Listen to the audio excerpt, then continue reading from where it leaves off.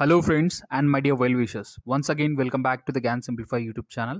A very bad morning to all of you. నిన్న 15th of February 2025 9:30 around న్యూఢిల్లీలోని railway స్టేషన్లో జరిగినటువంటి తొక్కిసలాట కారణంగా 18కి పైగా ప్రయాణికులు చనిపోవడం అయితే జరిగింది. అందులో ముగ్గురు చిల్డ్రన్స్ గా న్యూస్ మీడియాస్ చెప్తున్నాయి. అయితే ఈ తొక్కిసలాటకు గల కారణాలు చూసినట్లయితే అందులో ముఖ్యంగా ఢిల్లీ రైల్వే స్టేషన్ లో 12th ప్లాట్ఫామ్ పై ప్రయాగరాజ్ ఎక్స్ప్రెస్ కోసం వెయిట్ చేస్తున్నటువంటి ప్రయాణికులకు రైల్వే సిబ్బంది ద్వారా ప్రయాగరాజ్ ఎక్స్ప్రెస్ అనేది 12 ప్లాట్ఫామ్ కి కాకుండా 16th ప్లాట్ఫామ్ కి రానుందని చెప్పడంతో ఒక్కసారిగా 12th ప్లాట్ఫామ్ లో ఉన్నటువంటి ప్రయాణికులంతా 16th ప్లాట్ఫామ్ వైపు పరుగులు తీశారు. దీంతో ఒక్కసారిగా 12th ప్లాట్ఫామ్ లో ఉన్నటువంటి క్రౌడ్ మొత్తం 16th ప్లాట్ఫామ్ కి చేరుకోవడంతో ఆ 16th ప్లాట్ఫామ్ చేరుకునే సమయంలోనే ఈ విధంగా పెద్ద మొత్తంలో తొక్కిసలాట జరగడం అయితే జరిగింది. దీనికి కారణంగా 18కి పైగా ప్రయాణికులు చనిపోయారు. మరి అదే విధంగా పదుల కొద్దీ ఎంతో మంది ప్రయాణికులు గాయపడ్డారు. సో ఇక్కడ ఈ తొక్కిసలాట జరగకుండా రైల్వే సెక్యూరిటీని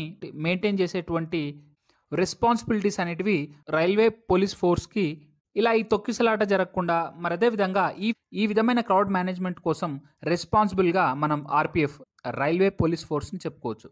సో నిన్న జరిగినటువంటి తొక్కిసలాటలో చాలా మంది ఈ రైల్వే పోలీస్ ఫోర్స్ ఏదైతే ఉందో వారు ఎక్కువ మొత్తంలో ఆ ప్లాట్ఫామ్స్ దగ్గర లేనందున ఈ విధమైన తొక్కిసలాట జరిగిందని మరోవైపు చెప్తున్నారు. మరి అదే విధంగా అదే సమయంలో ప్లాట్ఫామ్ 14 నుంచి మగధ ఎక్స్ప్రెస్ కూడా వచ్చే సమయం. సో ఈ విధంగా ఒక్కసారిగా 16th అండ్ 14th ప్లాట్ఫామ్ వైపు ప్రయాణికులు పరిగెట్టడంతో ఈ విధమైన తొక్కిసలాట అనేది జరిగింది. సో దీన్ని తెలుసుకున్నటువంటి రైల్వే మినిస్టర్ అయినటువంటి అశ్విని వైష్ణవ్ గారు హై లెవెల్ ఆఫ్ ఎంక్వైరీ చేయాలంటూ ఆర్డర్స్ పాస్ చేయడం అయితే జరిగింది. సో చూడాలి మరి ఈ హై లెవెల్ ఆఫ్ ఎంక్వైరీ కమిటీతో ఈ తొక్కిసలాట గల ముఖ్య కారణాలు ఏంటో బయట పెడుతుందా లేదా.